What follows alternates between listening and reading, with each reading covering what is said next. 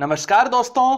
ब्रह्मोस सबसे तेज cruise missile है जो पिन पॉइंट एक्यूरेसी से टारगेट को डिस्ट्रॉय कर सकती है, लेकिन फिर भी इसी ब्रह्मोस को राफेल में क्यों नहीं लगाया जा रहा है? जब 120 किलोमीटर की अस्त्रा बीवीआर मिसाइल मौजूद है तो क्यों 50 किलोमीटर रेंज वाली आकाश मिसाइल के पीछे पड़े हैं? क्या अब इंडियन एयरफोर्स की कैपेबिलिटीज 27 फरवरी की डॉग फाइट से बेहतर हुई हैं? क्यों रशियन फाइटर जेट्स सिर्फ भारत में ही क्रैश हो रहे हैं?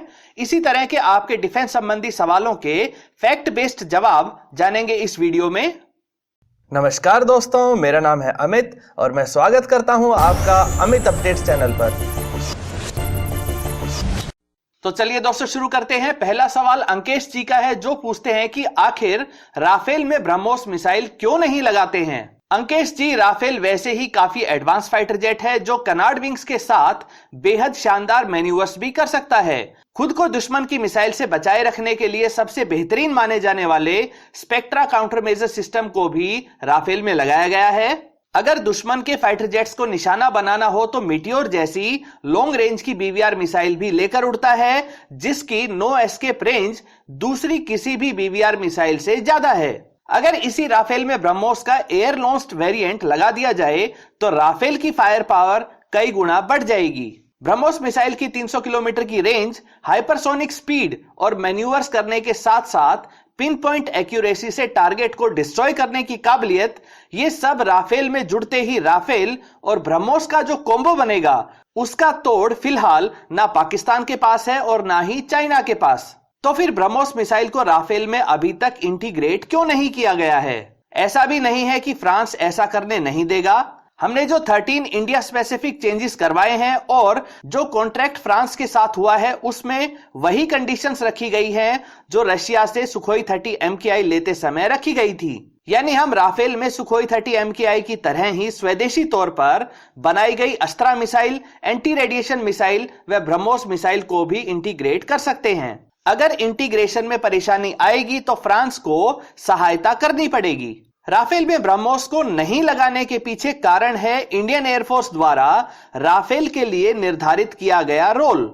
जिस तरह अमेरिका अपने F-22 रैप्टर व F-35 जैसे फाइटर जेट्स के माध्यम से दुश्मन की एयरफोर्स को पीछे हटने को मजबूर कर देता है और फिर वास्तविक पावरफुल अटैक पीछे आ रहे F-15 जैसे हैवीवेट फाइटर जेट द्वारा किया जाता है, उसी तरह की स्ट्रेटेजी पर इंडियन एयरफोर्स भी राफेल से दुश्मन की एयरफोर्स को पीछे हटाने का काम करवाना चाहती है ताकि सुखोई 30 MKI जैसे हैवीवेट फाइटर जेट्स का रास्ता साफ हो सके और इनसे पावरफुल अटैक करवाया जा सके। 3000 किलोग्राम वजनी ब्रह्मोस मिसाइल लगाकर इंडियन एयरफोर्स राफेल की परफॉर्मेंस कम करवाकर इसके एयर सुपीरियोरिटी वाले रोल को डाउनग्रेड नहीं करवाना चाहती है।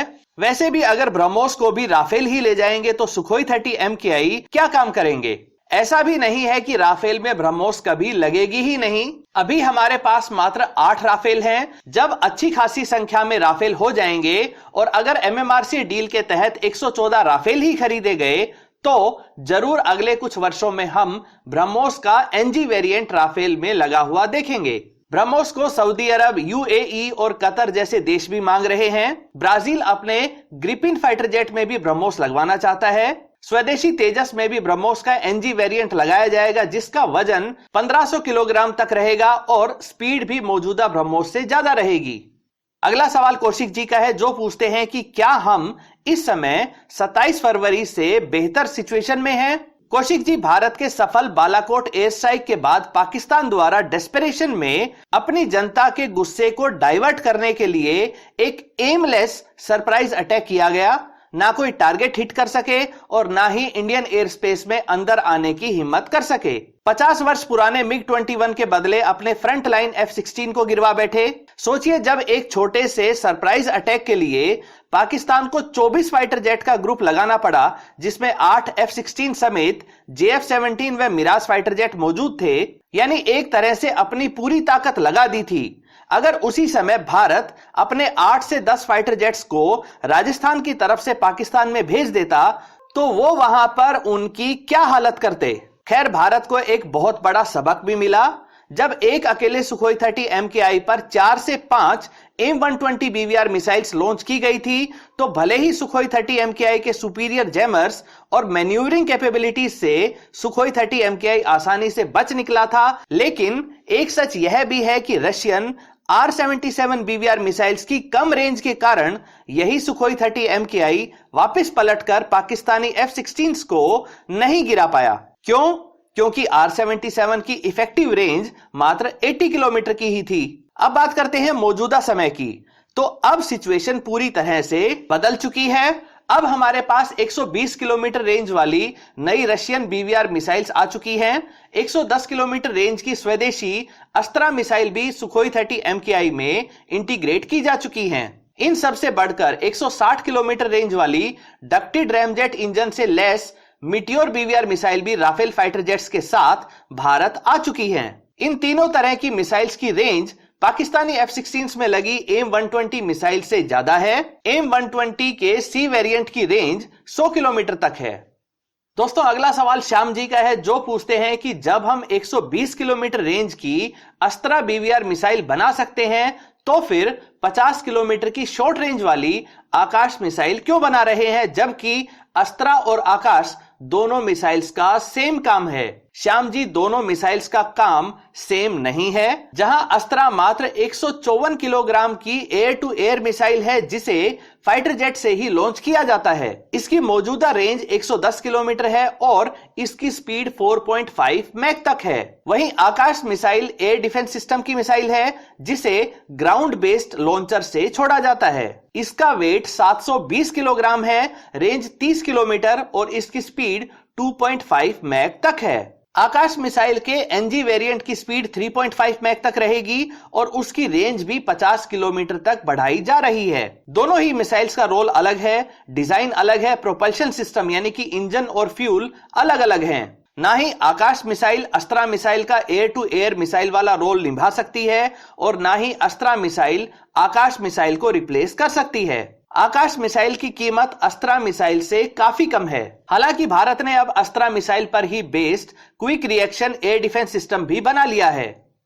दोस्तों, नालेन अली जी का सवाल है कि रशियन फाइटर जेट्स सिर्फ इंडिया में ही क्यों सबसे ज्यादा क्रैश होते हैं। आपने कभी रशिया की तरफ से रशियन फाइटर जेट्स क्रैश होने की न्यूज सुनी है? नालेन जी, आपके सवाल के कई पहलू हैं, लेकिन इस सवाल से यह भी आभास होता है कि आप इंडियन पायलट्स के ऊपर सवाल उठा रहे हैं। इंडियन एयरफोर्स के पायलट्स बेहद प्रोफेशनल, हाईली ट्रेंड और बिना किसी धर्म या आइडियोलॉजी की परवाह किए बिना बेहद डिसिप्लिन्ड तरीके से अपना काम करते हैं। अगर पायलट्स की ट्रेनिंग में कमी होती तो फ्रेंच मेड मिराज 2000 व अमेरिकन इंजन वाले तेजस भी अक्सर क्रैश होते रहते, लेकिन ऐसी कोई खबर सुनने को नहीं मिलती है। यानी कहीं ना कहीं रशियन फाइटर जेट्स उनके आउटडेटेड होते जा रहे सिस्टम की वजह से और उनके इंजन में खराबी आ जाने के कारण उनके क्रैश होने की संभावना ज्यादा हो जाती है।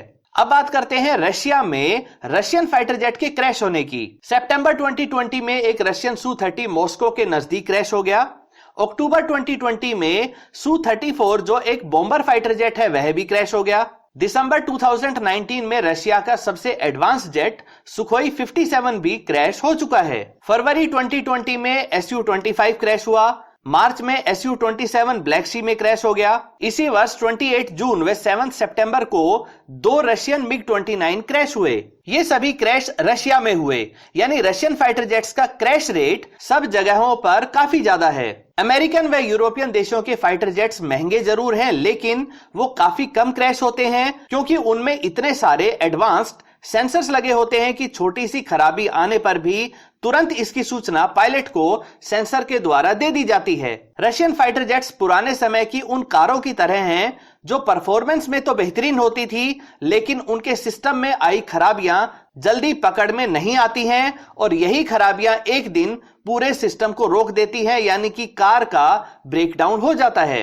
अमेरिकन व यूरोपियन फाइटर जेट्स नए जमाने की कारों की तरह हैं, जिनमें हर छोटी से छोटी खराबी आने पर तुरंत डैशबोर्ड में संबंधित लाइट ग्लो करने लगती है। इससे समय रहते खराबियों को दुरुस्त कर लिया जाता है, टोटल ब्रेकडाउन को होने से रोक लिया जाता है। हालांकि अगर हमें अमेरिकन या यूरोपियन स्टैंडर्ड के फाइटर जेट्स चाहिए तो हमें कीमत भी उसी अनुसार अदा करनी पड़ेगी।